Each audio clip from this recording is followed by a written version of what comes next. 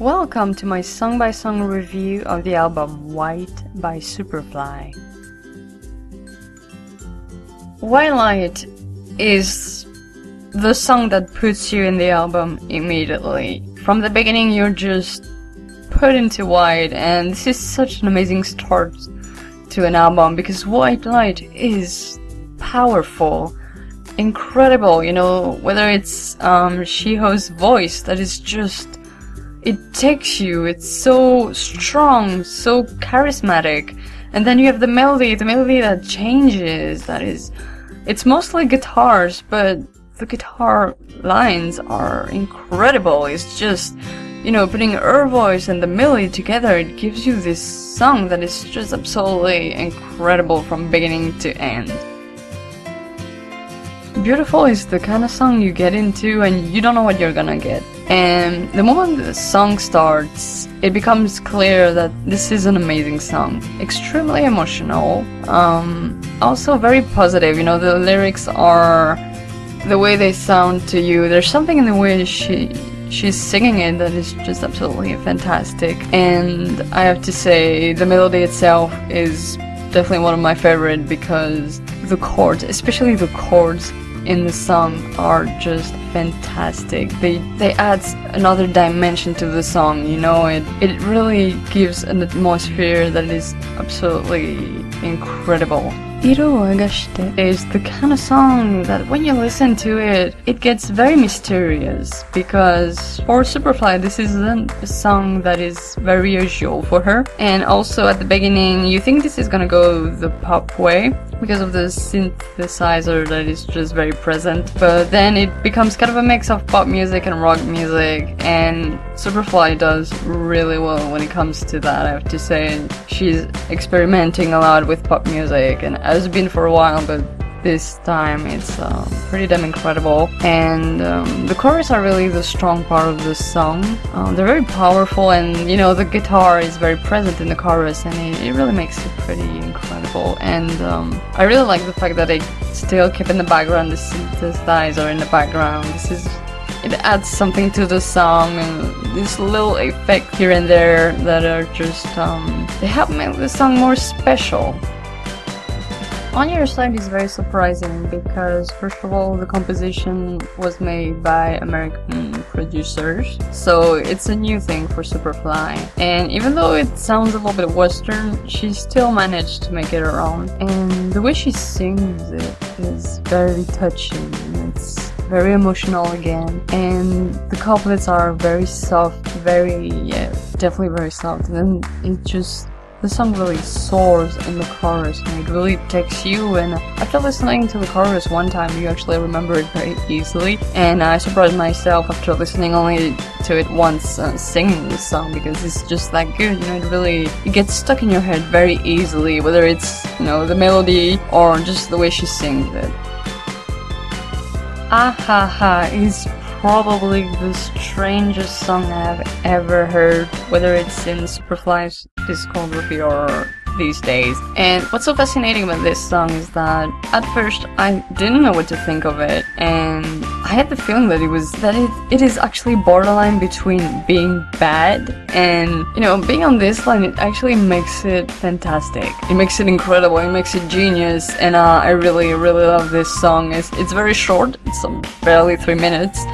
But the music is fun. The way she's singing is very different. It's also very funny, you know. She has a way of singing that almost like a little kid, I would say, even though her voice is still deep and everything, but just the tone of the song is very not too serious. And the melody uses an amazing bass line that I absolutely love, and also an incredible guitar solo.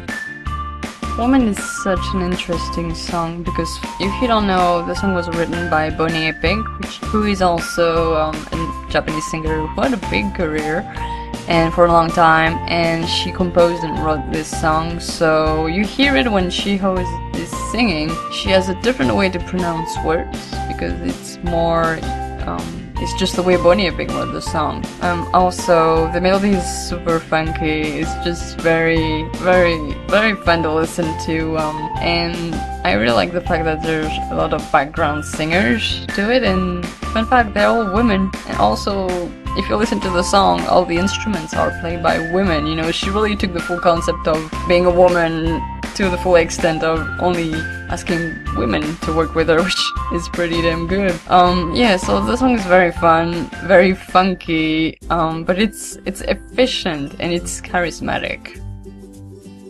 Datsugoku no Kisetsu, like I said in my main review, is my favorite song of the album. It's just an amazing, incredible song that actually was produced by the same person who composed Ahaha, Chris Sester. And this song has, you know, this little touch of very Western rock music, and I would say more American kind of rock. But yet the song manages to be so interesting and intriguing. And the chorus are fantastic from beginning to end, you know. It's strong, it's powerful, and it gets you immediately. The moment you listen to the song, you know it's a good song. So like I said in my review, Libido Nitsugu was the song that at first I thought, even though I think it's a good song, for me it came out as a bit awkward because it was very repetitive compared to everything else. However, I have to say, after listening to it a couple times, I really enjoyed the melody quite a lot. Even though it's still repetitive and it could have used a little bit of a kind of a change in the couplets, it's still very entertaining. And yeah, sometimes I have the melody in my head without even thinking of it, which is great.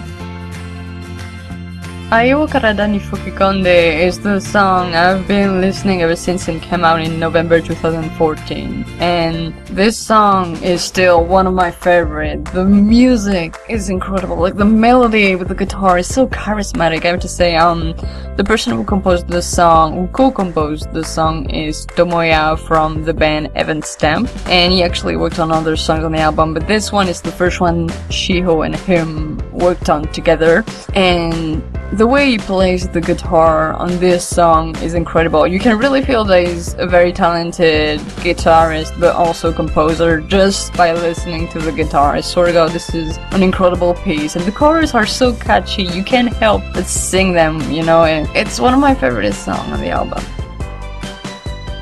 Live came out in May 2014, so it's been a year now that we had the single. And even though it's been a year, I still find this ballad very touching. There's something in the melody that is very sad, and the way she sings it is also very sad, and it's probably one of the saddest songs on the album. And even though it's sad, you know, like melody-wise, the lyrics are actually very encouraging, you know, telling you to... It's just as a very positive message, and the way it just forms itself, like slowly, we really have a slow building, you know, very soft couplets, very sad with the melody, and then the chorus becomes very bright, very positive, and this is definitely the strength of the song.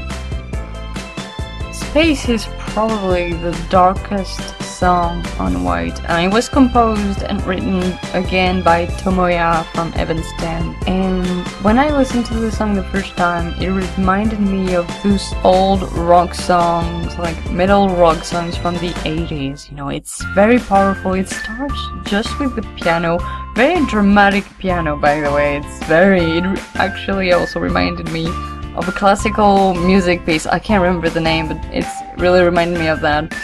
And then after like 3 minutes into this very daunting, I almost like the song is isolating you, you know, like you actually feel like you're in space, you know.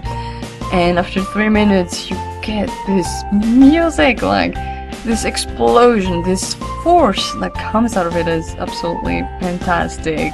And the guitar solo, like I said about Aiwo Karada ni Fukikonde, Tomoya is incredible with the guitar, and his guitar solo there is amazing. Goku Saishoku Heartbeat is such a cute song. From the beginning, you're just surrounded by positive energy, very kind, childish kind of song for sure. But there's a way about it that just makes me very happy and just puts me in a good mood in general. It's also interesting to know that Shiho composed the song and she played everything: the flute, the piano, the guitar, and of course she's singing in it. And it's really a good effort from her. And yeah, it's a cute song. What can you say about that? It can't be bad. Yu has been around like Ayo Karada since November 2014. So we had time to get used to it, and it's a very joyful, positive song. It's not my favorite on the album, but it's still, I think the way it's in the album towards the end is a very clever move, because you're at the end and you just want something very uplifting, and it really does that really well. Itsuka Watashi wa Utao Utao is the song that concludes White, and it's just perfect because the melody is very, very calm, very beautiful, and so is the singing of Shiho, and it gives you a sense of accomplishment. You know, the moment it's over, you think, yeah, this is perfect. For me, it concludes the album the best way possible. I cannot think of another song that would conclude White the way it does with this song, so it's a win all the way.